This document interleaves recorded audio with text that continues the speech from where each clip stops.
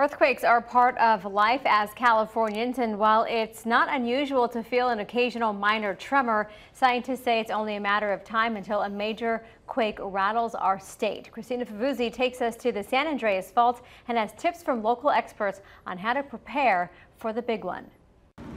Around the world, from the Middle East to Mexico, communities are digging out after recent life-shattering earthquakes.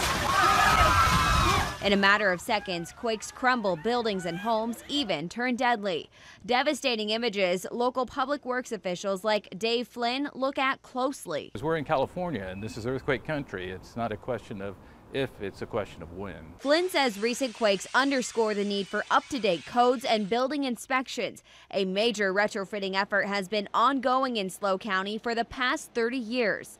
Flynn says plans are underway to update several area bridges in the coming years. It just requires much deeper foundations. So we'll have concrete shafts that will be drilled down at least 60 feet just to stabilize the bridge. If a big quake hits soon, he says our coastal location could put us at an amplified risk. Oceano, around Morro Bay and the estuary, those would be areas that would be subject to higher earthquake forces, as those areas tend to amplify the seismic forces, and then there's less of a stability in the soil for the structures to be stable. The San Andreas Fault spans about 800 miles across California. Not far from us, a world-famous section of the fault runs through Carrizo Plain National Monument at Wallace Creek. The irregular shape and sharp turns of Wallace Creek show that the ground has moved here in the past because of the San Andreas Fault and warn that earthquakes will happen again in the future. Dr. John Jasminsek takes his Cal Poly students to Wallace Creek and has them calculate the worst case scenario of a big quake on the San Andreas. Something like 8.3,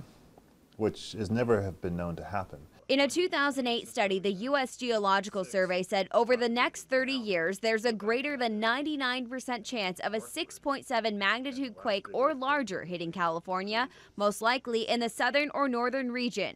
The so-called big one would cause an estimated 1,800 deaths and 53,000 injuries. It would probably shake enough down here to scare you good, and I wouldn't rule out, the weakest buildings having cracks. Or when you have minutes of shaking, that's gotta be frightening. So when will it happen? Geologists can't say. Right now, the message is to be ready. Residents have the ability to kind of stabilize, anchor their shelves, their water heaters, review their chimneys to make sure that they're stable, as well as know where their gas shutoff valves are in the case of an earthquake, as well as having an emergency kit containing first aid, water, and food. Losing sleep over it doesn't help anything. It doesn't make these probabilities go down, it doesn't make them go up. There's a lot of uncertainty in life aside from earthquakes, and so you have to approach it the same way. Christina Favuzzi, KSBY News. And you can find more information on how to prepare your family and home for an earthquake at ksby.com.